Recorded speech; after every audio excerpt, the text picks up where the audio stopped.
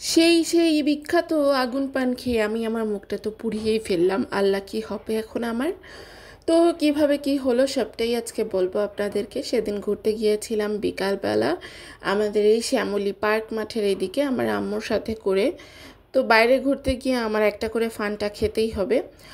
আর Fanta না খেলে বা কোক না খেলে আমার কাছে মনে হয় যেন কি যেন নেই আমার জীবনে, কি যেন একটা হারিয়ে গেছে আমার জীবন থেকে। যাই হোক, জীবন থেকে অনেক কিছুই হারিয়ে গেছে, বাট কখনো এগুলো হিসাব রাখি না। জীবনের হিসাব কখনো মিলাতে যাবেন না, কারণ এটা আপনি কখনো মিলাতে পারবেন না। তো আগুন পান খাওয়ার খুব ইচ্ছা ছিল, ভাবছিলাম যে একটু আগুন পান খাই। অনেক দিন আগে, আমি প্রায় 2 বছর আগে আগুন পান খেয়েছি, এর মধ্যে আমি আর আগুন পান খাই নাই। তো শখের তোলা 80 টাকা হয়ে গেছে এরকম। তো পরে একটু চাও খেলাম, দুধ চা আমার বরাবরই পছন্দ। তো বাইরে হোক বাসায় হোক দুধ চা আমার খেতেই হবে। এর পরবর্তীতে চলে গেলাম পান খেতে। তো পানের দোকানটার ডেকোরেশনটা অনেক সুন্দর। তো আগুন পানে খাওয়ার যে ভয়টা মনের মধ্যে ছিল, দোকানের ডেকোরেশন দেখে সেই ভয়টা চলে গেছে। তো ভালো না থাক, আগুন পানটা ট্রাই করেই ফেলি। আর এত সুন্দর সুন্দর মশলা দিয়ে আমাকে খাইতে দিবে, গাল পুড়লে পুড়ছে, আমি এই পান খাবোই খাবো। তো আমি কিন্তু এখান থেকে নর্মাল একটা পানও নিতে পারতাম অনেক রকমের মশলা দিয়ে, কিন্তু না, আমার এই আগুন পানই এক্সপ্লোর করে খাইতে হবে। আগেও কিন্তু খাইছি, এই না জীবনের প্রথমবার খাচ্ছি। তো এটা আমি খেয়েছিলাম আমাদের যে মোহাম্মদপুরে বিহারি ক্যাম্প আছে ওখানে। ওইদিকে অনেক ধরনের পানি পাওয়া যায় আগুন পান সহ। তো অনেক ধরনের মশলা দিয়ে কিন্তু এই আগুন পানটা বানানো।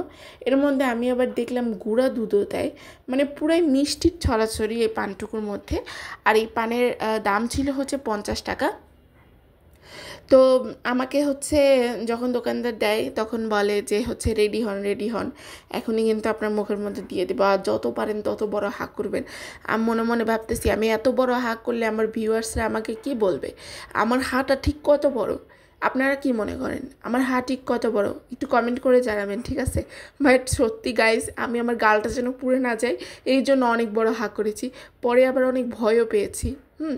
পরে আমার আম্মুকে বোঝাইলাম যে না, অত বেশি ভয় না, এটা মোটামুটি খাওয়া যায়, তুমিও ট্রাই করো। তো আমার আম্মু পরে ট্রাই করেছে, বাট আমার আম্মু এই পানটা খেতে পারেনি। পরবর্তীতে আমার আম্মু এই পানটা ফেলে দিয়েছে, বাট আমি পুরাটাই শেষ করেছি।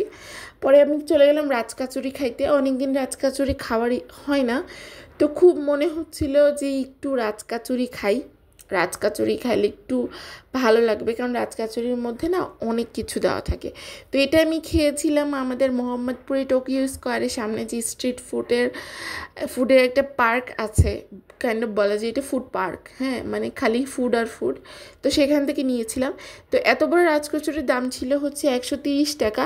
এই রাজকচুরি কিন্তু আপনি কখনো একা খাইতে পারবেন না, একা কখনো এটা খাওয়া পসিবল না। বাট আমি সেই ইম্পসিবল কাজটা পসিবল করেছি, কারণ আমি যাদের সঙ্গে গিয়েছি, আমার মা আর আমার বোন, তারা কেউই এই রাজকচুরি খেতে চায় না। সেটা আমাকে আগে বলে নাই, আম্মু বলছে খাবো না, বাট আমি ভাবছি আমার ছোটো বোন খাবে, বাট ও খায়নি। পরে আমাকে এটা শেষ করতে হয়েছে, কারণ আমার কাছে মনে হয় টাকা দিয়ে কিনেছি, এটা খাইলে যে আমার শরীরটা খারাপ হবে এরকম কোনো সম্ভাবনা নাই। বাট আমার কাছে কেমন লাগে বুঝছেন, এটা হচ্ছে কি অনেকটা টক ঝাল মিষ্টি। তো তো এই মিষ্টি জিনিস জাতীয় জিনিস না একবারে একাধারে অনেকখানি খাওয়া যায় না, বাট আমাকে খেতে হয়েছে, কি আর করা যাবে। এর মধ্যে আবার আস্ত একটা ফুচকা দিছে, আমি আবার ওটা একটু চাবিয়ে চিবিয়ে খেলাম। এটা আসলে আস্তে আস্তে করে ভাঙতে হয় আর খেতে হয়। লাস্টে গিয়ে তো এটার সাথে আমি একদম যুদ্ধ শুরু করে দিছি।